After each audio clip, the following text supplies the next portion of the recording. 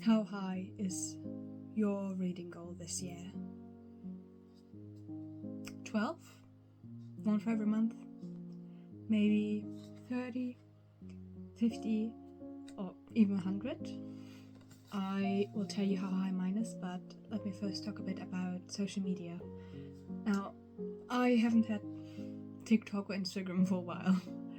I can still remember though how some bookfluencers claim to have read 100 books every single year, or even more to be honest. And one thing that was always quite prominent to me was how disappointed some commenters were in themselves, so they weren't able to read a number that high. How I was disappointed in myself because I wasn't able to read a number that high. Now, don't get me wrong, there's nothing wrong with reading 100 books every year or even more. In fact, my best friend, who's a bookseller herself, reads about 130 books every year. She's able to do that because she reads in really quickly, and reading is her main hobby, and she does that without forgetting what book she read and what the books were about. So nothing wrong with reading 100 books every year. The problem is that not everyone has the capacity to read that many books. Maybe they have a mentally very exhausting job. They work overtime or just regularly more than 40 hours a week. Maybe that person has children, a disability, or is chronically ill. The problem is that certain people will claim that unless someone reads a certain number of books or has read all books belonging to a specific canon, that they are not proper readers.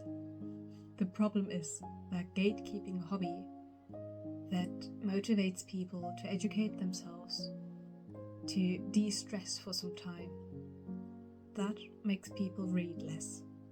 And reading is a good thing. I don't think I have to argue about that one. Now, personally, I used to work as bookseller.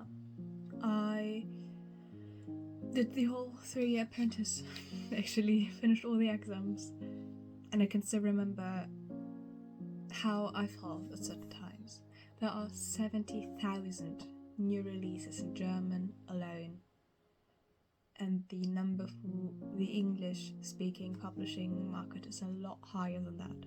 But 70,000 books in and of itself of new releases every single year, that's an insane number of books.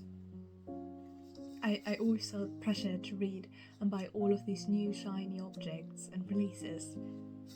But I'm not a magpie. I don't need to have all of them. I don't need to read all of them. And people come to me and ask me what I thought about it, if I liked it, if I've read it. Sometimes I would even ask you, oh, why haven't you read it? Now, the real problem came though when I faced my exams, because that was the first time in my entire life where I actually studied for something.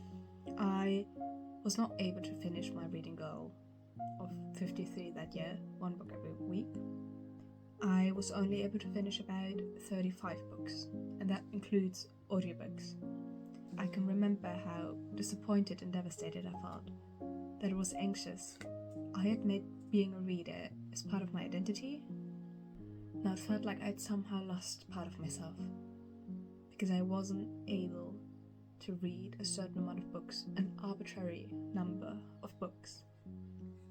I don't want to proclaim that reading goals are inherently bad. The benefits of a well-placed reading goal are easily spotted. It helps one keep motivation. There's a clear finish line, and that helps the reader keep focus on a specific goal and actually attain it. Now, right now for me 35 is a very well achievable goal. It's not too high, and I can still focus on work and university studies. Now the other side of the coin is a too high or too low reading goal. If it's too high, I noticed myself that at the end of the year I tended to read a lot of shorter books, which there's nothing wrong with reading shorter books. Some of my favorite books are about 200 pages, but I was only reading them to be able to achieve my goal of reading 35 books a year. This arbitrary number. These weren't books that moved me, they were important to me. They were just random books that I decided to read because I wanted to cross off a certain number of books, I guess. And I would feel stressed if I didn't. Now, there are also different kinds of reading goals, which I want to talk about as well. You don't have to pick a specific number for a reading goal. You could also change it up a bit. Maybe do challenges. For about 10 books a year, I tend to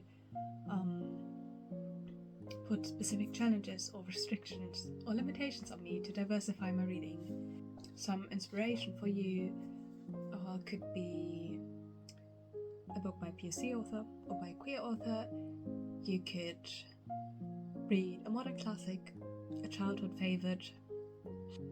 You could make it a goal of yourself to read a recommendation every single month, or to have a buddy read could also be a fun challenge.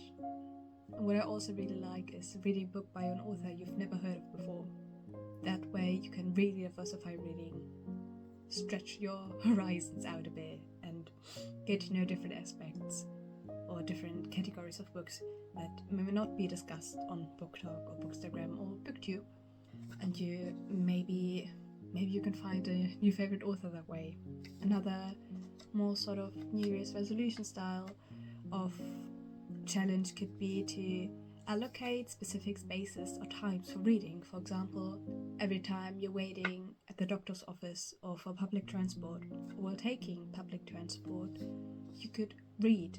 Maybe every day while drinking coffee, you could read a non-fiction book, or in the evening, an hour before, or half an hour, or even just 10 minutes before going to sleep, you could read a book instead of scrolling on social media. That way, there's not really stress, you know? You can't get anxious about reading a certain number of books. You just have to read every single day, and that way, in and of itself, you can increase the number of books that you read every year without stress or anxiety or feeling pressured or not feeling like a reader because you're reading. You are a reader. Now, I don't want to make this video too long. I do want to come to a conclusion. I think it's important to keep in mind that everyone is different, and naturally every reading goal is going to be different, of course. Just because I'm able to read 35 to 50 books a year doesn't mean that you have to be able to read that many. The more important thing to keep in mind is to be proud of your achievements, because only reading one book every month, or even just one book a year, is an amazing achievement. You've read an entire book. Some people don't even get that far in a year.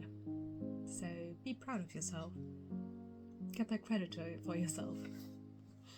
If you want to, you can let me know what book specific or non-book specific New Year's resolutions you have. For me, it's to take more time for self-care and to take more time for my hobbies in general. Reading, stretching more, and also just engaging more with the media that I consume. I want to feel them more. I want to feel the emotions they want to convey. I want to be able to absorb the pieces of information that a non-fiction book allows me to know about. I want to engage with the books, think about them. I don't just want to rush through them. I just want to take more time for the things and people that really matter. I hope you have an amazing day, and bye.